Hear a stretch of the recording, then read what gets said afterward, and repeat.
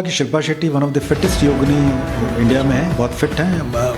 वो धीरे धीरे योग में आ गए। इसको आप टैप करते हैं, जो 8 फिंगर से कंटिन्यूसली आप 2 से 3 मिनट टैप करते हैं। तो इसको साइंटिफिकली मैं एक्सप्लेन कर देता हूँ। जब आपने इस तरह से टैप किया तो क्या होता है कि हमारे पूरे फेस पे ब्लड का सर्कुलेशन फास्टर हो जाता है। तो नमस्कार दोस्तों, मैं हूँ रजनीकांत। आप देख रहे हैं हमारा खास पॉडकास्ट। आज हमारे साथ एक खास व्यक्तित्व हमारे बीच में है।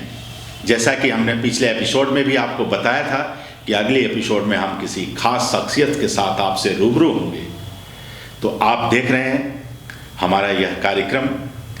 हमारे पॉडकास्ट को जिस तरह से आपका स्नेह और प्रेम मिल रहा है, इसी तरह से आप बनाए रखें। आप सबका हृदय की गहराइयों से शिव शंकर भोलेनाथ महादेव की नगरी से आपको फिर से एक बार नमन करता हूँ।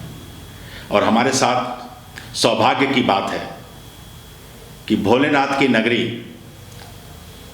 काशी बनारस जिसे हम कहते हैं, आजकल बहुत चर्चा में भी है।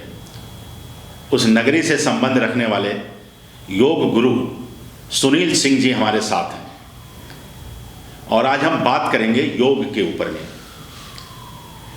योगी भगवान शिव को कहा गया। यदि हम इसके उत्पत्ति और इसके उत्थान की बात करें तो हड़प्पा मोहनजोदड़ो की। तो सुनील सिंह जी, आपका बहुत बहुत स्वागत है हमारे इस पॉडकास्ट में और हमारे दर्शक आपका इंतजार कर रहे हैं। धन्यवाद, आपने मुझे बुलाया और आपने सबसे पहले कहा कि मैं बनारस नगरी का हूँ, तो निश्चित तौर पर ओम नमः शिवाय। बनारस दुनिया की सबसे प्राचीन सभ्यता, सबसे प्राचीन शहर। वहाँ से जो कुछ भी मैंने सीखा अपने जीवन काल में, यथासंभव ये कोशिश करता हूँ और ये प्रयास कर रहा हूँ कि जनहित के लिए जो कुछ भी मैं कर सकता हूँ वो मैं करूँगा। तो सबसे पहले आपके जीवन के जो सफ़र है, हम सफ़र की बात करेंगे।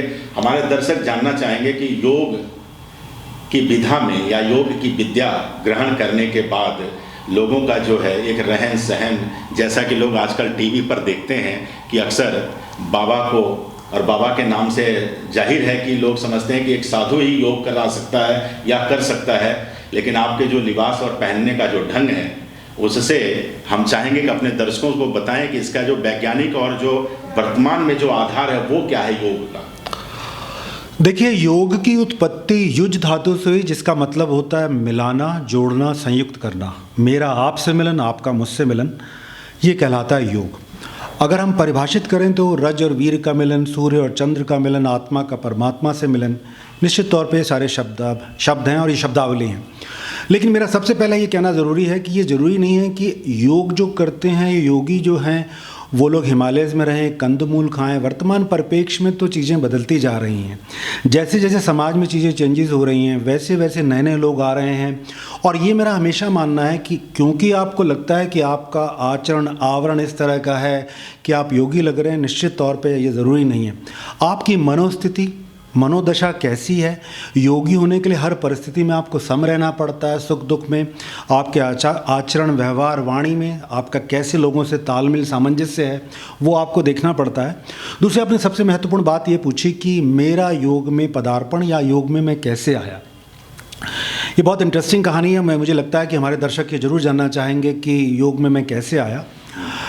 मैं बहुत छोटा था तो मेरे ग्रैंडफादर वो आर्मी में थे और आर्मी से रिटायर होने के बाद वो योग को अपना जीवन का मूल मंत्र मानते थे। तो वो ज़्यादातर योग के आसन, प्राणायाम और ध्यान करते थे। तो धीरे धीरे मेरा रुझान, क्योंकि जब बच्चा नया होता है तो वो चीज़ों को उसको आकर्षित करती हैं। अच्छे अच्छे आसन, वो शीर्षासन में खड़े हो बैठ जाते थे और कभी कभी वृक्ष आसन करते थे, हस्तस्थान आसन, बहुत सारे आसन करते थे। तो मैं तब तक ये समझता था कि योग जो है वो आसन है। और मेरे बाबा जो थे वो अपने श्वास को बहुत लंबी अवधि तक रोक सकते थे। तो मुझे बड़ा वो बाल मन था, तो बहुत सारी चीज़ें अच्छी लगती थी कि, और मैं ही ऐसा बच्चा था, उस ज़माने में सब लोग खेलते थे, सब करते थे, तो मैं उनको देखता था। धीरे धीरे धीरे मुझे लगता है कि सबकॉन्शियस माइंड में ये हो गया कि शायद ईश्वर ने मुझे भी योग के लिए बनाया हुआ है। और मैं योग में धीरे धीरे उनसे प्रैक्टिस करते धीरे धीरे सीखता चला गया। लेकिन क्या हुआ, वहीं दूसरी ओर मैं क्रिकेट में बहुत पारंगत था। तो मेरा सिलेक्शन हुआ लखनऊ के स्पोर्ट्स कॉलेज में। वहाँ पर मैंने क्रिकेट के माध्यम से सेंट्रल जोन खेला, स्पोर्ट्स कॉलेज जैसे कॉलेज में कप्तान रहा क्रिकेट का। लेकिन दुर्भाग्यवश क्या हुआ कि मुझे एक बार मैं प्रैक्टिस कर रहा था, मैं सीमेंटेड पिच पे गिर गया और मुझे मेरी लोअर बैक में चोट लग गई।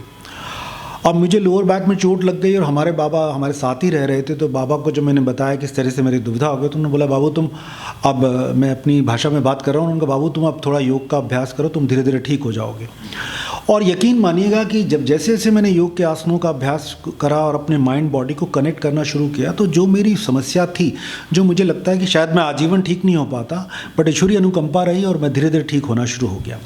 वहीं से मेरा योग के प्रति समर्पण, मुझे लगा कि एक ऐसी विद्या जिसके लिए हमें कोई गैजेट्स नहीं चाहिए और हमारी प्राचीन धरोहर है, और इसको हम इस तरह से, और मैं धीरे धीरे ठीक होना शुरू हुआ। उसके बाद मैंने प्रैक्टिस शुरू की, और बिहार के स्वामी धीरेन्द्राचार्य जी बहुत बड़े गुरु थे, उन्होंने योग शिक्षक टीचर का ट्रेनिंग कोर्स निकाला 1985 में, 1985। सौभाग्य से भारत में करीब करीब 10,000 लोग उसके लिए आए या पेर हुए, और मैं भी उसमें सेलेक्ट हुआ, 50 लोगों में सेलेक्ट हुआ। वहाँ पे मैं गोल्ड मेडलिस्ट रहा। बहुत सुंदर। और वहीं से मेरी योग की यात्रा शुरू हुई, और धीरे धीरे शुरुआत में मैं आपको ज़रूर अपनी दिल की बात बताऊंगा। शुरू में तो मुझे लगता था कि योग जो सिर्फ और सिर्फ आसन है, क्योंकि लोग आकर्षित होते थे, हम अच्छे अच्छे आसन करते थे, वस्त्र धोती खा लेते थे, उसको निकाल देते थे, लोग बड़ा हमारी तरफ बड़ा आश्चर्यपूर्वक देखते थे। सूत्र नीति नाक में डाली तो उनको लगता था ये मिराकल हो रहा है। लेकिन जैसे जैसे जीवन आगे बढ़ता गया, जब बहुत अच्छे अच्छे योगियों और गुरुओं से मुलाकात हुई, तो जीवन समझ में आया कि योग आसन या वस्त्र धोती या जल नीति या सूत्र नीति तक सीमित नहीं है। योग तो जीवन जीने की एक परंपरा है, एक पद्धति है।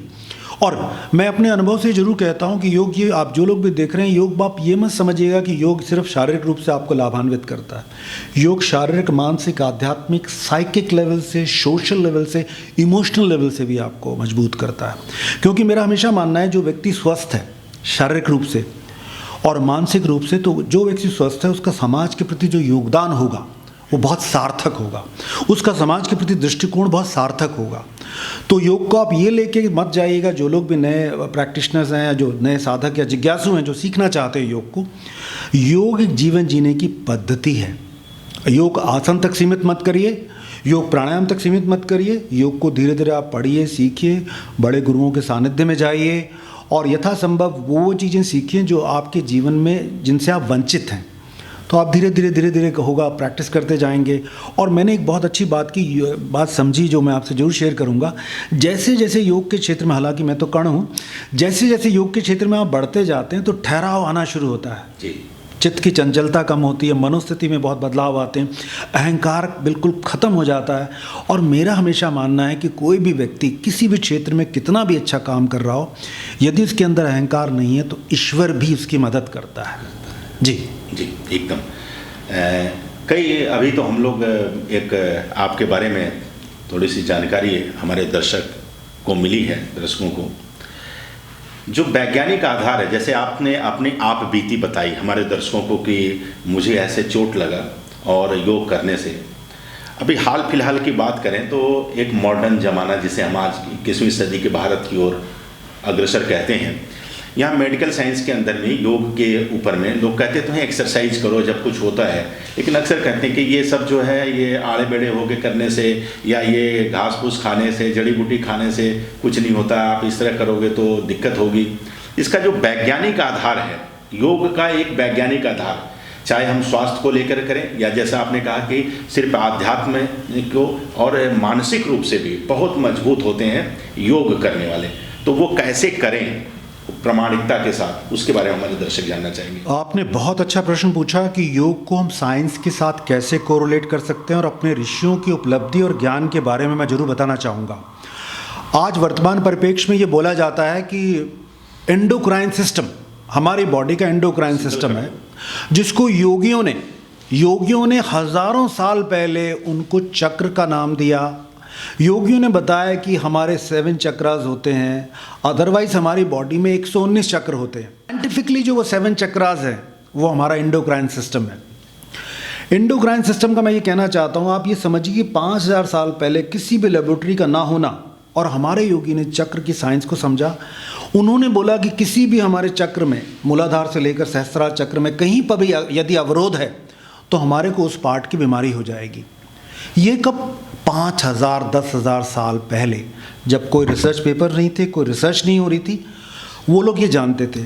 अब जब धीरे धीरे जब साइंटिफिकली प्रमाण आने लगे तो मैं अब आपको बताना चाहता हूँ हमिंग साउंड, जिसको हम लोग कहते हैं ओम मंत्र को, जब हम साउंड को हमिंग करते हैं, हमिंग कैसे रोल प्ले करती है साइंटिफिकली, इसको भी आपको समझना होगा जो हमारे दर्शक सुनने जा रहे हैं।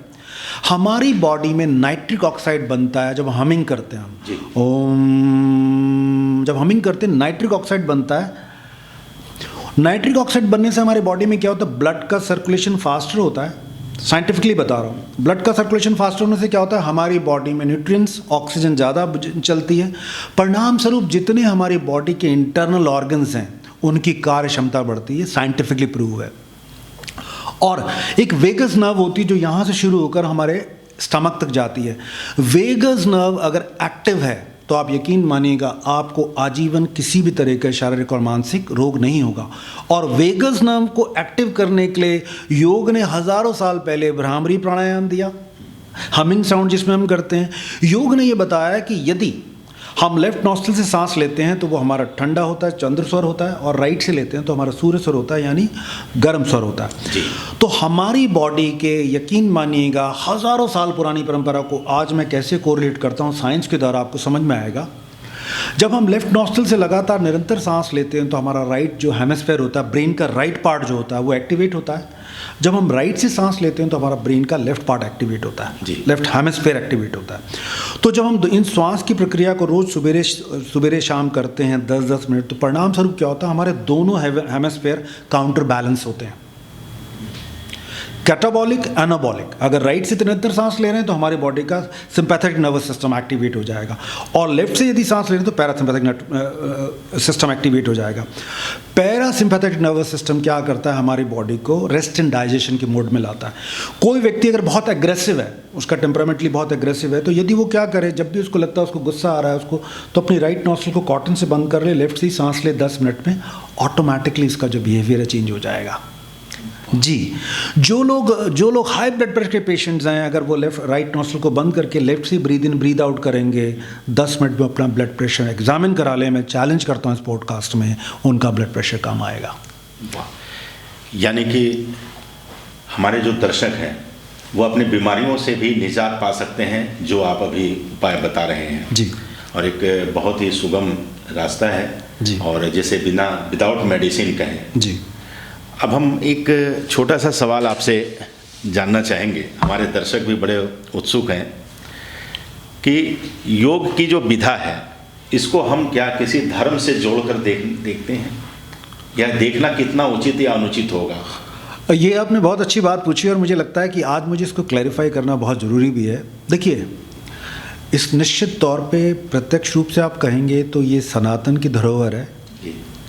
तो सनातन आदि से अनंत तक चलने वाला धर्म, जिस धर्म को मैं पालन करता हूँ, जिस धर्म का आप पालन करते हैं, जितना मैं जानता हूँ, तो अगर आप प्रत्यक्ष रूप से मानेंगे तो निश्चित तौर पर ये सनातन यानी हिंदुओं की पद्धति है। लेकिन हमारे योग का जो मतलब है वो है कि सबका सर्वांगीण विकास, देश काल प्रांत जाति से उठकर, अगर आप इसको अप्रत्यक्ष रूप से बात करेंगे। क्योंकि मैं यहाँ जरूर ये कहना चाहूँगा कि किसी के अगर मन में ये ग्लानि हो कि हमारे जो धर्म में जो चीज़ें हैं वो योग से मिलती हैं, तो मैं आपको बता दूँ, किसी भी व्यक्ति का धर्म 1000 साल, 12 साल, 14 साल, 15 साल, 1500 साल पुराना है। हमारा जो धर्म है 10,000 साल पुराना है, जो भी प्रमाण मिलते हैं। हालांकि कहा जाता है 1 लाख साल से पुराना धर्म है। तो निश्चित तौर पे जो नए धर्म आएंगे उन्होंने उन चीज़ों को कॉपी जरूर किया होगा। जैसे आजकल क्या हो गया कि पिलाटेस एक नई आर्ट है, जर्मनी की आर्ट है। योग के आसनास को वो लोग फास्ट करते हैं तो उन्होंने उसको पिलाटेस नाम दे दिया कि हमने पिलाटेस एक कला विकसित की है। लेकिन निश्चित तौर पे सारे उसमें योग के आसनास हैं, सब कुछ योग के आसन हैं, वो डायनेमिक तरीके से करते हैं। हाँ, तो ये जरूर आप कहेंगे कि हाँ, निश्चित तौर पे ये हमारे सनातन की धरोहर है, लेकिन विश्व कल्याण के लिए बनी हुई ऐसी धरोहर है जो यहाँ तक सीमित नहीं हो सकती कि ये सिर्फ हिंदू या सनातन के लिए है। हम तो विश्व कल्याण के लिए बने, तो सनातन बना है विश्व कल्याण के लिए। तो आपकी बात को मैं इस तरीके से कहना चाहूँ, सर्वे भवन्तु सुखिनः सर्वे भवन्तु सुखिनः। जी जी। तो जो कि सबसे बड़ी इसी श्लोक से परिभाषित करता है हमारा सनातन जो है। अरे एक सवाल और कि जो योग की अगर हम बात करें कि ऋषि काल में योग से बड़े उपचार किए जाते थे, संतुलित होते थे। आपने अभी कुछ देर पहले बताया भी हमारे दर्शकों को कि अध्यात्म और मानसिक रूप से भी मजबूत होते हैं योग करने वाले। और वो आपके चेहरे पर भी झलक रहा है, हमारे दर्शक भी देख रहे हैं कि उम्र तो हम नहीं बताएंगे, लेकिन उम्र तो हमारे दर्शक अब जानेंगे कि योग करने का जो लाभ है वो क्या है। लेकिन एक बाज़ार में बाबा रामदेव जी को अक्सर देखा जाता है कि वो जो है वो योग के बारे में लोगों को बताते हैं, और बहुत बड़ा एक बाज़ार खड़ा कर दिया गया है योग को लेकर। सोशल मीडिया पर भी हम लोग अक्सर देख रहे हैं, लोग भ्रमित भी हो रहे हैं। कई बार क्या होता है कि लड़कियों को लेकर के और कई तरह के अलग अलग आसन के रूप में योग को दर्शाया जा रहा है, जो कि उसमें भ्रांतियां भी पैदा हो रही है। तो उस पर क्या कुछ कहना चाहेंगे? देखिए, मैं बड़ी अच्छी बात कहना चाहूँगा। हालांकि मैं और बाबा रामदेव जी ने काफ़ी एक साथ काम भी किया हुआ है, प्रत्यक्ष और अप्रत्यक्ष रूप से बहुत सारी किताबों और चैनल्स के साथ काम किया हुआ है। लेकिन ये ज़रूर कहना चाहूँगा कि धीरे धीरे क्या हुआ कि बाबा ने, इसमें कोई दो राय नहीं है, बाबा ने जब अपने प्रोडक्ट्स लाने शुरू किए तो कुछ हद तक उन्होंने योग का कमर्शलाइजेशन ज़रूर किया, और अब क्योंकि जो दिखता है वो बिकता है, उस परंपरा को फॉलो कर रहे हैं। वो कहीं पर भी योग का अगर अभ्यास करते हैं तो उनके जो प्रोडक्ट्स हैं उनका एक विंडो लग जाता है, और वो लोगों को बताते हैं कि आप इस आसन को करेंगे तो इससे ज़्यादा लाभान्वित होंगे। लेकिन मेरा दूसरी जो ऑर्गेनाइजेशन से बहुत निवेदन है, जो और ऑर्गेनाइजेशन इस क्षेत्र में काम कर रही हैं आयुर्वेद के क्षेत्र में, आप लोगों को भी और दूसरे योग गुरु से सानिध्य बनाना चाहिए। आप लोग भी अपने प्रोडक्ट्स को योग गुरुओं के माध्यम से प्रमोट कीजिए। निश्चित तौर पे आपकी जो क्रेडिबिलिटी है बाज़ार में, बाबा रामदेव से पहले और पुरानी है, प्राचीन है, तो आप लोगों को भी आना चाहिए। और जहाँ तक आपने कहा कि मुझे लगता है कि बाबा को भी ये समझ में आया होगा कि खाली योग से बहुत लाभान्वित होने वाला नहीं हूँ मैं, तो क्यों ना कुछ ऐसा करा जाए जिससे ये प्रोडक्ट्स बनाई जाए। और एक बात उनकी मुझे बहुत अच्छी लगती है, उन्होंने कहा कि मैंने किसी योग गुरु के या किसी भी ऑर्गेनाइजेशन के हाथ पैर बांधे नहीं हैं। आपको लगता है आप भी अपने प्रोडक्ट्स लेके आइए, अगर आपके प्रोडक्ट्स में अच्छी होंगी तो लोग उससे जुड़ेंगे। जी, तो आज का जो सोशल मीडिया पे जो एक ट्रेंड चला हुआ है, हर कोई वीडियो बना करके योग सिखाने की बात कर रहा है, योग बताने की बात कर रहा है, तो उसमें कहाँ तक ठीक है और कहाँ तक अनुचित है? देखिए, आजकल क्या है कि सोशल मीडिया में क्या है कि सोशल मीडिया में जो नई जनरेशन है उसको हमेशा ये लगता है कि जल्दी में उनको चीज़ चाहिए। हमारे ज़माने में कहा जाता था कि 50-60 साल की उम्र में अगर कोई व्यक्ति अपनी घर बना लेता था तो बहुत बड़ी बात होती थी, पूरा मोहल्ला उनको ब्लेसिंग्स देता था। आज का यूथ कहता है कि जो चीज़ आपने डबल दी, आज का यूथ कहता है 30 साल में मुझे वो सारी चीज़ें उपलब्ध कर लेनी है जो आपने 60 साल की अवधि में की है। लेकिन आज का यूथ भूल जाता है जो 60 साल में हमें जो बीमारियाँ मिली थी वो आपको 30 में मिलेंगी, क्योंकि आपकी प्रोडक्टिविटी, वे ऑफ वर्किंग जो कर रहे हैं वो बहुत ज़्यादा है। और सोशल मीडिया में जो आपने कहा कि ये लोग कर रहे हैं, मत करिए। सोशल मीडिया में लोग क्या करते हैं, कपालभाति प्राणायाम को रेलवे स्टेशन पर परफॉर्म करते दिखाते हैं, कपालभाति प्राणायाम कीजिए, लाभान्वित होते हैं। जबकि योग का एक बड़ा नियम है, सटल नियम है, सूक्ष्म नियम है कि जब भी आप योग के प्राणायाम क्रिया आसन करते हैं, ऐसी जगह करते हैं जहाँ पे शांत होना चाहिए, क्रॉस वेंटिलेशन होना चाहिए, आपका स्टमक क्लियर होना चाहिए, आप मानसिक और शारीरिक रूप से कोरिलेट कर सकें। रेलवे स्टेशन पर कोई व्यक्ति अगर कपालभाति प्राणायाम कर रहा है, बाबा जी ने तो कपालभाति प्राणायाम को प्रमोट कर दिया, लेकिन आप जानते हैं वो AQI कितना ज़्यादा होगा रेलवे स्टेशन का। और वो आदमी जो ऑक्सीजन लेने की बजाय वो इतनी अपनी बॉडी में नाइट्रोजन और कार्बन डाइऑक्साइड ले रहा है कि वो कुछ दिनों में लंग्स का पेशेंट बन जाएगा। हो सकता है भविष्य में उसको ट्यूबरक्लोसिस भी हो जाए या अस्थमा हो जाए। तो निश्चित तौर पे मैं मना करूँगा, जो लोग भी नए बच्चे हैं, किसी योग गुरु के सानिध्य में आप चीज़ें सीखें। इनको आप जो लोग इनको वॉच करते हैं इनको कॉपी मत कीजिए, क्योंकि मैं मानता हूँ वो वायरल हो जाएगा, 1 करोड़ 2 करोड़ लोग देख लेंगे, बट वायरल होने से चीज़ की ऑथेंटिसिटी या चीज़ की नेचुरल चीज़ें नहीं होती हैं। आप इसको स्नेह सीखिए, योग गुरुओं के सानिध्य में सीखिए।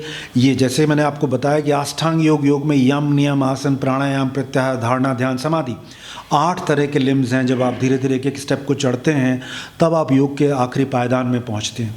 अब नए बच्चों ने क्या कर दिया, आप देखिए वृक्ष पे लटक के वो कर रहे हैं, शीर्षासन कर रहे हैं। वृक्ष पे शीर्षासन करना, और कुछ लोग, अभी मैंने एक देखा वीडियो, उन्होंने 1 घंटा उन्होंने कहा कि मैंने शीर्षासन कर रहे थे, और वो वीडियो वायरल हुआ, करीब 60-70 लाख लोगों ने देखा। 1 घंटा शीर्षासन, आप समझ रहे हैं, आप अपनी जो न्यूरॉन्स हैं उनको ख़राब कर रहे हैं, अपनी वेन्स हैं उसमें ब्लड का फ्लो इतना ज़्यादा डाल रहे हैं कि वो रप्चर हो के फट जाएंगे, आपको स्ट्रोक हो जाएगा। ग्रस्त व्यक्ति को शीर्षासन नहीं करना चाहिए जी। अब मैं ये बात इस माध्यम से इसलिए कह रहा हूँ कि ग्रस्त व्यक्ति को शीर्षासन इसलिए नहीं करना चाहिए। शीर्षासन हम क्यों करना चाहते हैं? शीर्षासन हम इसलिए करना चाहते हैं कि आजीवन हम निरोगी रहें, जवान रहें, खूबसूरत रहें, तेज रहे, ओज रहे। मैं कहता हूँ अगर उसका आप काउंटर कर लेते हैं, उसको आप सर्वांग आसन कर लीजिए, शीर्षासन को जो आप 10 मिनट में शीर्षासन से जो लाभान्वित होंगे वो 5 मिनट में सर्वांग आसन से हो जाएंगे। लेकिन आपको किसी इंजरी होने की कोई डाउट नहीं है, बिकॉज आपको सर्वाइकल की कोई प्रॉब्लम नहीं होनी है, आपको स्ट्रोक की कोई प्रॉब्लम नहीं है, ब्लड प्रेशर हाई नहीं होगा। तो हो क्या रहा है कि लेकिन पेड़ पे अगर आप शीर्षासन कर रहे हैं तो निश्चित तौर पे अगर मैं वो शीर्षासन रूम में कर रहा हूँ या पार्क में कर रहा हूँ तो पेड़ पे किया हुआ शीर्षासन निश्चित तौर पे ज़्यादा वायरल होगा। रोमांच है इसमें, लेकिन रोमांच अगर आपके जीवन में दुविधा ला रहा है, आपको कष्ट में लाएगा, तो मुझे लगता है कि ऐसा रोमांच बेकार है। जी, हम बात करें बीमारियों की, और उससे पहले हम बात करें कि योग जो हमारी विधा है, आज के इस मॉडर्न ज़माने में प्रतिस्पर्धा होनी चाहिए या विस्तार होना चाहिए इसका? क्योंकि देखने की प्रतिस्पर्धा बहुत ज़्यादा, लोग जो है सोशल मीडिया हो, चाहे दूरदर्शन हो, चाहे हर टीवी प्रोग्राम पे कोई न कोई योग को लेकर के और समय असमय जो है उन चीज़ों को बताया जा रहा है। तो ये सर्टिफाइड कैसे होगा कि जो बताया जा रहा है वो ठीक भी है या जो लोग कर रहे हैं वो ठीक है? कई ऐसी घटनाएं भी देखने को मिली है कि योग करने के बाद किसी के नसें चपड़ गई, किसी का गर्दन टेढ़ा हो गया, कोई और बीमारियों से ग्रसित हो गया। तो इसको कैसे इससे निजात मिले? देखिए, QCI नाम की एक ऑर्गेनाइजेशन जिसको हमारे प्रधानमंत्री जी ने बनाया था, उसका मैं फाउंडर मेंबर हूँ। उसका उद्देश्य ये था कि QCI सर्टिफाइड योगा टीचर्स होंगे जो भारत और विदेश में कार्य करेंगे। लेकिन अल्टीमेटली क्या हुआ कि धीरे धीरे ये जब ये स्कीम आई तो बहुत सारे लोग इसमें इनरोल भी हुए और उन्होंने करा। लेकिन आपने कहा कि बाज़ार, देखिए बाज़ार को आप सिस्टमैटिकली ऑर्गेनाइज नहीं कर सकते हैं। एक चैनल को लगता है ये इन योग गुरु को मैं बुलाकर इनको कम पैसा देकर मैं इनसे काम करा लूँगा, तो वो प्रतिस्पर्धा है। तो उसमें तो देखिए हमारे आपके लिए मुश्किल होगा। लेकिन जो लोग दर्शक जो इस तरह के प्रोग्राम्स देखते हैं, देखिए आजकल तो बहुत अच्छी बात है, आपको अपनी फाइल कैरी नहीं करनी पड़ती। आप गूगल सर्च इंजन में व्यक्ति का नाम डालिए, आपको उनका पूरा पता लग जाता है कि इस व्यक्ति ने क्या क्या कार्य किए हुए। तो जो लोग भी इन रील्स को देखकर योग करना या सीखना चाहते हैं या टीवी प्रोग्राम के माध्यम से सीखना चाहते हैं, तो उनके लिए मैं सिर्फ एक ही बात कहूँगा कि हर के हाथ में मोबाइल है, आप अपने गूगल सर्च इंजन में डालिए, उस व्यक्ति का नाम देखिए, डालिए, तो आपको क्रेडेंशियल्स पता लग जाएंगे उस व्यक्ति ने क्या क्या काम किए हुए।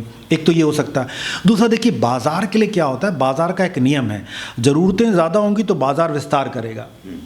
अगर एक ज़माने में जब हम योग के प्रोग्राम्स करते थे, करीब मैंने 3500 प्रोग्राम्स किए हैं 47 चैनल्स के साथ, तो एक ज़माने जब हम प्रोग्राम करते तो हम एक्सक्लूसिव अमिताभ बच्चन होते थे। मॉर्निंग में भोजपुरी चैनल के लिए प्रोग्राम कर रहे हैं और शाम को पंजाबी के लिए कर रहे हैं। तो मतलब मैं अमिताभ बच्चन हो गया था उस ज़माने में, 22-24 साल पुरानी बात बता रहा हूँ। हर चैनल डेस्परेट था कि सुनील जी को बुलाया जाए, क्योंकि अंग्रेजी भी बोल लेते हैं, हिंदी भी बोल लेते हैं और भोजपुरी पंजाबी बोल लेते हैं। और सोचिए कई बार हमारे साथ ऐसा हुआ कि मैं मॉर्निंग में लश्कारा चैनल में हूँ और मैं भोजपुरी बोल रहा हूँ, तो क्योंकि मैं उस समय का अमिताभ बच्चन योग का था। लेकिन आज ऐसा समय बदला कि घर घर में मशरूम की तरह योग टीचर्स निकल आए, और योग टीचर्स मतलब अपने आप को योग गुरु कहने में उनको गुरेज नहीं होती है, जबकि गुरु का मतलब नहीं मालूम होता। लेकिन ये बाज़ार है। देखिए बाज़ार तो ये कहता है जो दिखता है वो बिकता है, एकदम बाज़ार का ये नियम है, जो दिखता है वो बिकता है, चाहे वो दिखता खराब हो बट वो बिकता है। क्योंकि आपकी भी शुरुआत लगभग रामदेव के आसपास से है। मैं उम्र तो योगी अपनी उम्र नहीं बताते, योगी अपनी उम्र नहीं बताते, बट ये मैं आपको बता सकता हूँ इस प्रोग्राम से माध्यम से, मैं उनसे बड़ा हूँ। तो ये वजह क्या रही कि मतलब अभी तक जो है बाबा जो है कई हजार करोड़ और चर्चा में रहते हैं, कभी दिल्ली के जंतर मंतर से लेकर के और कहाँ उनका जो उनके कदम पड़ते हैं। अब मैं इसको ऐसे लेता हूँ कि प्रारब्ध भी होता है कई बार, और बाबा के लिए बहुत एक बड़ी बात है कि बाबा जो है वो सन्यासी और मैं संसारी हूँ।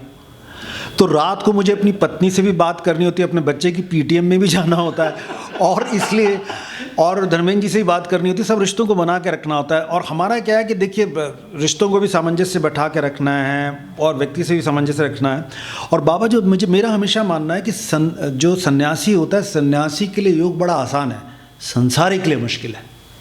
सारी चीज़ों को करते हुए तब योग के क्षेत्र में अपना काउंटर बैलेंस, अपने पैर जमीन पर रखते हुए अगर आप कर पा रहे हैं तो मैं मानता हूं कि वो सुपर सन्यासी है। जी, तो हम लोग अपने इस पॉडकास्ट के पड़ाव को उस स्थान पर ले जाना चाहेंगे, उस दिशा की ओर ले जाना चाहेंगे। और एक सवाल आपसे कि किन बीमारियों से साधारण रूप से जो गृहस्थ में रहने वाले लोग हैं, नौकरी पेशे वाले लोग हैं, दफ्तर में काम करने वाले लोग हैं, हमारी माताएं बहनें हैं, हमारी बच्चियां हैं, वो लोग भी कैसे योग को अपनाएं और अपने आप को स्वस्थ रख सकें? इसके बारे में हमारे दर्शकों को। मैं आज आपको बहुत शानदार कुछ चीज़ें बता रहा हूँ जिनको मैं पालन करता हूँ और उम्मीद करता हूँ कि ईश्वर की कृपा है कि मैं किसी भी तरह की बीमारी से ग्रसित नहीं हूँ। सबसे महत्वपूर्ण बात जो समझिएगा, जो लोग भी इस प्रोग्राम को देख रहे हैं, योग एक लाइफस्टाइल है। इसको समझिएगा, योग आसन प्राणायाम नहीं है, पूरे एक लाइफस्टाइल है, जीने का एक नज़रिया है, जीने का एक तरीका है। जब भी आप लोग प्रातःकाल उठते हैं बिना ब्रश किए हुए एक गिलास आप जल लीजिए, क्योंकि आपके जो माउथ में स्लाइवा बनता है वो स्लाइवा वो होता है हमारा अल्कलाइन होता है। तो एक गिलास पानी पी के जो माउथ में स्लाइवा बना वो हमारी बॉडी का अल्कलाइन होता है। हमारा बॉडी का दो सिस्टम होता है, एसिडिक एंड अल्कलाइन। पहला काम तो आपने ये करना है। दूसरा आपने काम क्या करना है कि जब आप फ्रेश होने के बाद जो योग के जो अभ्यास, जो सबसे महत्वपूर्ण अभ्यास है जिनको आपको जरूर रोज करना चाहिए, योग में कहलाता है सूर्य नमस्कार। सूर्य नमस्कार 6x4 की मैट पे आप 6x10 के रूम में बड़े आसानी पूर्वक कर सकते हैं। सूर्य नमस्कार ही योग की ऐसी विधा है जिसमें आप प्राणायाम, ध्यान, आसन, मंत्र विज्ञान सबको फॉलो करते हैं। तो मेरा सबसे निवेदन रहेगा कि 10 से 12 आप सूर्य नमस्कार का अभ्यास करें रोज। कि प्राणायाम में सबसे जो इम्पोर्टेंट प्राणायाम होता है वो होता है अनुलोम विलोम, यानी लेफ्ट नॉस्ट्रिल से सांस लिया, राइट से निकाला, राइट से लिया, लेफ्ट से निकाला, या अनुलोम विलोम प्राणायाम कहलाता है। इस प्राणायाम को आपको 10 मिनट रोज करना चाहिए। उसके अलावा आपने क्या करना है, इन योग को कम से कम 4 से लेके 5 दिन सप्ताह में 40 मिनट आप जरूर कीजिए, और खाली पेट आपको करना होता है। उसके साथ साथ आपने क्या करना है कि जो मैं आपको बताता हूँ, किसी को भी जो आज कहते हैं कि इंटरमिटेंट फास्टिंग कहते हैं जिसको, और योग मुझे लगता है हज़ारों साल पहले ये बातें कह रहा था। योग का कहना ये था कि सूर्य अस्त से पहले आपको रात्रि का भोजन ग्रहण कर लेना चाहिए। स्वरूप क्या होगा, और मॉर्निंग में अगर हम 12 से 14 घंटे का गैप कर लेते हैं रात के भोजन में और मॉर्निंग के नाश्ते में, तो यकीन मानिएगा आपकी बॉडी ऑटोमेटिकली अपने आप को हील कर लेती है। ऑटोफैगी नाम का एक अभी अवार्ड में मिला उनको, उनका भी यही कहना था। और अबव ऑल मेरा ये ना, once in a week fasting होना चाहिए, सप्ताह में 1 दिन उपवास होना चाहिए। और अगर विंटर्स में आप कर रहे हैं तो गुनगुने पानी से कीजिए, जरूर कीजिए। जो लोग पूरा उपवास नहीं कर सकते हैं तो रात वाला भोजन छोड़ दीजिए, सप्ताह में 1 दिन करिए, पहली बात। उसके अलावा 10 से 12 ग्लास जल का सेवन करिए। हमारी बॉडी को, हमारा जो जठर यानी पेट होता है उस इतनी मुट्ठी के बराबर होता है, तो हमें अल्पाहार भोजन कम लेना चाहिए। प्रातःकाल का जो हमारा नाश्ता होना चाहिए वो लाइक ए किंग होना चाहिए, और दोपहर का भोजन लाइक ए क्वीन, और रात्रि का जो भोजन होता है लाइक ए पॉपर यानी भिखारी के जैसे होना चाहिए। अगर इन नियमों को पालन करते हुए, योग का अभ्यास करते हुए, रोज़ रात को सोने से पहले भ्रामरी प्राणायाम का आपको अभ्यास करना है 5 से 10 मिनट। यदि रोज़ रात को सोने से पहले 5 से 10 मिनट आप भ्रामरी प्राणायाम का अभ्यास करते हैं, आपको बहुत साउंड स्लीप आएगी। आपकी बॉडी के सेल्स जो हैं वेयर एंड टेयर वो प्रॉपरली होंगे रात में, और आप आजीवन मानसिक और शारीरिक रूप से निरोगी रहेंगे। बहुत ही सुंदर। तो हमारे दर्शक ये जानना चाहेंगे कि क्या योग किसी विशेष चुनौती का सामना कर रहा है, यानी कि सुनील सिंह, योगी सुनील सिंह जी योग के इस क्षेत्र में किसी विशेष चुनौती का भी सामना कर रहे हैं? हाँ, निश्चित तौर पे सामना कर रहे हैं। सबसे बड़ी बात है कि नए मशरूम योगीज ने बहुत तंग कर दिया है। उन्होंने इस धरोहर और परंपरा को वहाँ तक ले गए हैं।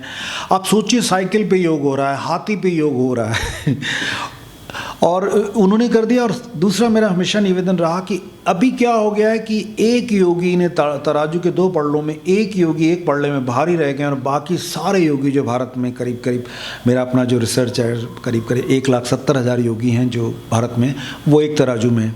तो अल्टीमेटली क्या हो रहा है कि योग की जो जगह है या वो उन योगियों को नहीं मिल रहा है। और दूसरा ये है कि जो ये नए जो सोशल मीडिया के योगीज़ हैं, इन्होंने भी हमारे को बहुत नुकसान किया है। किसी भी जब हम कोई भी कॉर्पोरेट वर्कशॉप करने जाते हैं तो जो नए योगीज़ हैं वो जो कॉर्पोरेट वर्कशॉप का वो चार्जेस जो करते हैं वो कंपैरेटिवली बहुत कम करते हैं।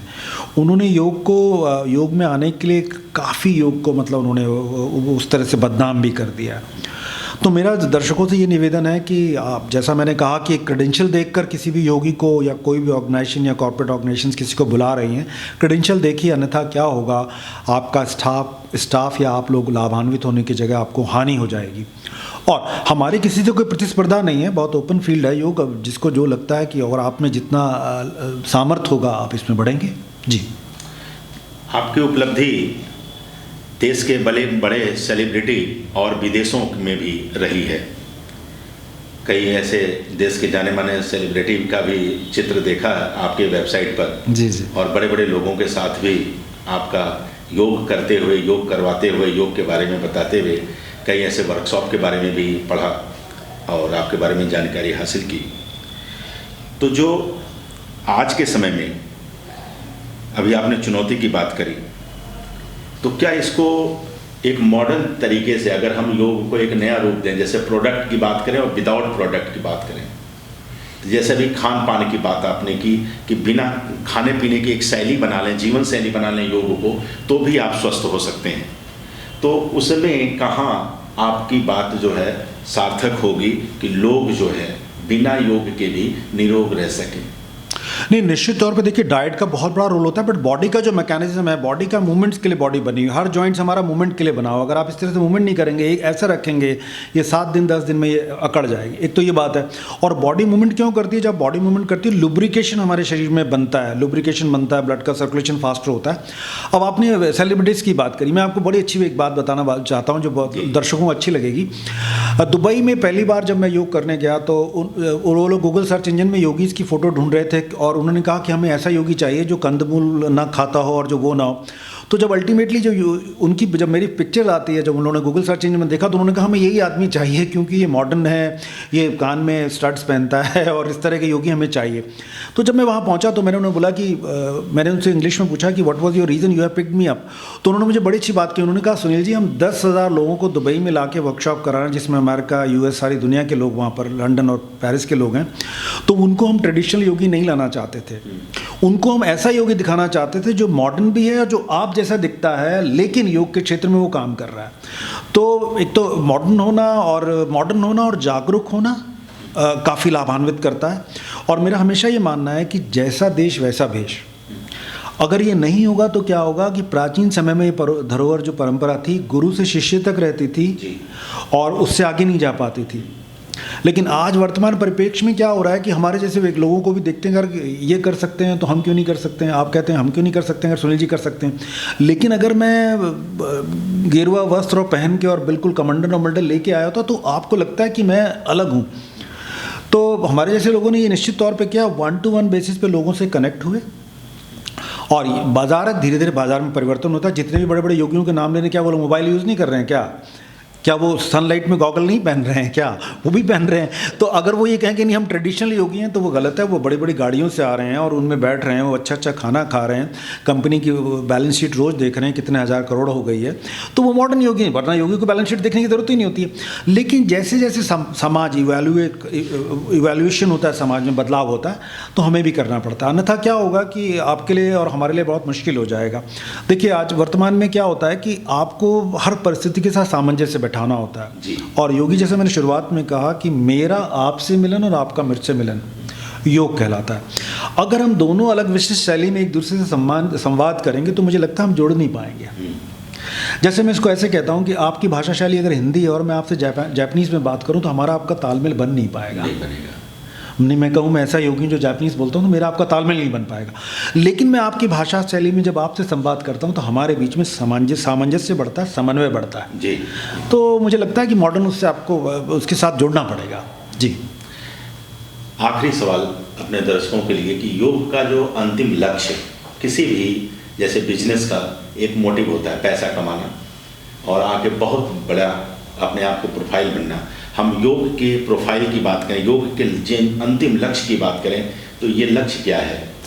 देखिए आध्यात्मिक रूप से तो हमारी किताबों में मोक्ष की प्राप्ति लिखा है, आध्यात्मिक रूप से। लेकिन मेरे से अगर इसको परिभाषित करेंगे, कोई योगी अन्यथा ना ले, मुझसे ही परिभाषित करेंगे तो मुझे लगता है कि मेरे को स्वयं को ही जान लेना बहुत बड़ी बात है। मेरा मकसद क्या है, मेरा क्या उद्देश्य है इस जीवन में, मैं क्या हासिल करना चाहता हूँ। अगर मैं यही जान जाऊँ अपनी उम्र तक तो मुझे लगता है कि योग का उद्देश्य सार्थक हो गया है। अगर मैं आपको भारी भरकम शब्द का बयान करूँ कि मोक्ष की प्राप्ति, अल्टीमेटली आत्मा का परमात्मा से मिलन होगा, तो मुझे लगता है कि वर्तमान परिप्रेक्ष्य में ये बात झूठी होगी मेरे उससे। और अंतिम लक्ष्य ये है कि जो कुछ मैं अपने जीवन में कर रहा हूँ वो मुझे 100% उसको देना चाहिए और मैं मन से प्रसन्न हूँ और समाज के लिए मेरा दृष्टिकोण बहुत सार्थक है, सकारात्मक है। तो मुझे लगता है कि ये उद्देश्य होना चाहिए। आपके प्रोफाइल में बॉलीवुड एक्टर शिल्पा शेट्टी जी को भी योग के उसमें देखा जा रहा है, तो उनको आपने क्लास दिया या उनके साथ आपने प्रैक्टिस करी, क्या था, वो हमारे दर्शक जानना चाहेंगे। मैं एक बात जरूर कहूँगा कि Shilpa Shetty one of the fittest Yogini India में है, बहुत फिट हैं।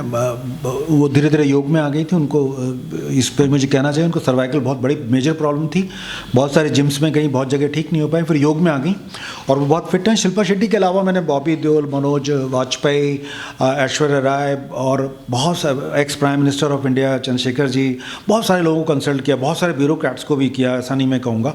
कुछ लोगों ने कहा कि आप हमारा नाम मत लीजिएगा, बहुत बड़े बड़े लोग हैं। बहुत सारे लोगों को बहुत सारी ऐसी बीमारी थी जो हम समाज पे या टीवी पे नहीं बता सकते हैं, उन्होंने हमसे कंसल्ट किया और हमने यथासंभव ये कोशिश की उनकी मदद करने की। और आपको ये बड़ा ताज्जुब होगा, जिन सेलिब्रिटीज़ को हम दूर से देखते हैं, जब अंतर्मन से आप उनसे मिलते हैं, उनसे बातचीत करते हैं, यकीन मानिएगा धन के और प्रसिद्धि के अलावा वो लोग भी आंतरिक बहुत सारी पीड़ाओं से गुजर रहे हैं। वो भी अकेलापन महसूस करते हैं, वो भी डिप्रेस्ड होते हैं, वो भी उनको भी लगता है, उनका भी दिल रोने को करता है। ऐसी कोई बात नहीं है, वो हम जो पर्दे पे देख रहे हैं जैसा दिखता है वैसा होता नहीं है। और मेरा उनके साथ अनुभव रहा कि एक सेलिब्रिटी का नाम नहीं लूँगा, उन सेलिब्रिटी ने मुझे बोला कि उनका सुनील जी आपको बड़ा ताज्जुब होगा, मैं दुनिया का फिटेस्ट गुरु हूँ, फिटेस्ट हीरो हूँ, लेकिन मुझे कॉन्स्टिपेशन कब 4-4, 5-5 दिन मैं मोशन के लिए जा नहीं पाता हूँ। तो मैंने बोला आप तो 6 पैक आप ये सब दिखा के वो करते हैं। वो कहते हैं मैं दुनिया के लिए दिखा रहा हूँ, मैं आपको अपनी मनोस्थिति बता रहा हूँ। खैर सरप्राइजली मैंने जो उनको बातें बताई, उनकी बॉडी में फाइबर की कमी थी और उनका गट जो है बेसिकली यहाँ से कंट्रोल्ड हो रहा था, तो वो ठीक हो गए।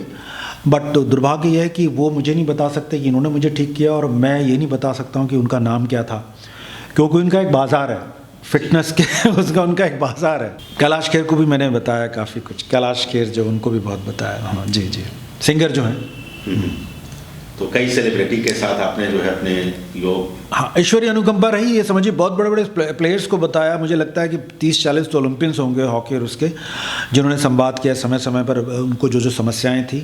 एक आखिरी सवाल हमारे युवा भी जानना चाहेंगे और युवतियां भी जानना चाहेंगे जी, क्योंकि सुंदरता सभी को अच्छी लगती है जी जी, और जब एक युवावस्था में एक युवक और युवती होती हैं तो उन्हें अपने सौंदर्य के प्रति बहुत ज़्यादा चिंता का एक विषय बन जाता है जी। तो आपसे चाहेंगे कि आपके अपने उम्र का राज भी और हमारे देश के युवाओं को और हमारे देश की युवतियों को भी वो प्राप्त हो, ताकि योग के माध्यम से वो निखार लाएं। मैं विश्व की बात अगर हम करें तो विश्व में भारत सबसे खूबसूरत देश माना जाता है, विश्व गुरु भी माना जाता है जी। तो इसके मैं आपको एक ना बहुत शानदार एक टेक्निक आज बताने जा रहा हूँ जो सब लोग को करनी चाहिए। जो इसको आप टैप करते हैं, जो 8 फिंगर से कंटिन्यूसली आप 2 से 3 मिनट टैप करते हैं, तो इसको साइंटिफिकली मैं एक्सप्लेन कर देता हूँ। जब आपने इस तरह से टैप किया तो क्या होता है कि हमारे पूरे फेस पे ब्लड का सर्कुलेशन फास्टर हो जाता है। पहली बात, ब्लड का सर्कुलेशन फास्टर होने से टॉक्सिन्स वहाँ से निकलना शुरू करते हैं। तो रोज़ मॉर्निंग में आप 2 से 3 मिनट इसको कर लीजिए, क्रिया नंबर 1। क्रिया नंबर 2 जो सबसे इम्पॉर्टेंट बात है, जिन लोगों के भी चेहरे पे ग्लो रहता है वो लोग क्या करते हैं, उनको 10 से 12 ग्लास जल का सेवन करना चाहिए।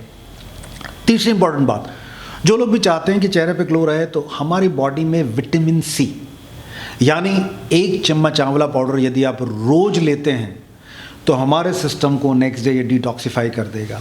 ये 3 चीज़ों को फॉलो कर लीजिए, यकीन मानिएगा आपके चेहरे पे तेज आ जाएगा और आप जल्दी एजिंग नहीं करेंगे। कोलेजन नाम का एक हार्मोन होता है जो हमारे फेस पे होता है, वो हमें बूढ़ा होने से बचाता है। जब आप टैपिंग करते हैं तो कोलेजन हमारे ज़्यादा बनता है, परिणाम स्वरूप आपके चेहरे पर झुर्रियाँ नहीं आती हैं। तो इन सारी चीज़ों को फॉलो कर लीजिए, आपके चेहरे पे तेज आए। जो दास्तां है, ये जो समय है, ये 40 के बाद लोगों को ज़रूरत पड़ती है, तो उस समय थोड़ा आलस्य भी होता है, तो उनके लिए शॉर्ट में और बेहतर क्या और चीज हो सकता है? एक बात बताइए, 3 मिनट अगर कोई व्यक्ति नहीं समय निकाल सकता तो फिर ईश्वर उसका मालिक है। मेरा ये कहना है कि 3 मिनट तो कोई भी, आप जब मॉर्निंग, देखिए मैं कैसे बताता हूँ इसको, कैसे आपने मॉर्निंग में जब आप ब्रश करने के लिए उठते हैं, ब्रश करने के बाद आप मिरर के सामने खड़े हो जाइए और इस तरह से टैप कीजिए। 42 मसल्स होती हैं हमारे फेस पे, इस तरह से टैप कर लीजिए। कोलेजन बनेगा, जितना कोलेजन ज़्यादा बनेगा उतना ब्लड का सर्कुलेशन ज़्यादा होगा। कोलेजन जो हमें बूढ़ा होने से बचाता है, पानी में आपको बता चुका हूँ, विटामिन सी बता चुका हूँ, और अबव ऑल अगर आप अंदर से हैप्पी हैं तो रिफ्लेक्ट करता है आपके चेहरे पे भी, तो अंदर से भी खुश रहिए।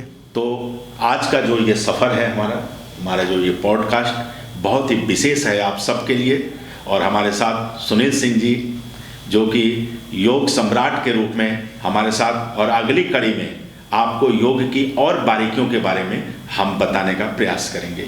तो आज के लिए बस इतना ही, बहुत बहुत धन्यवाद, नमस्कार। नमस्कार।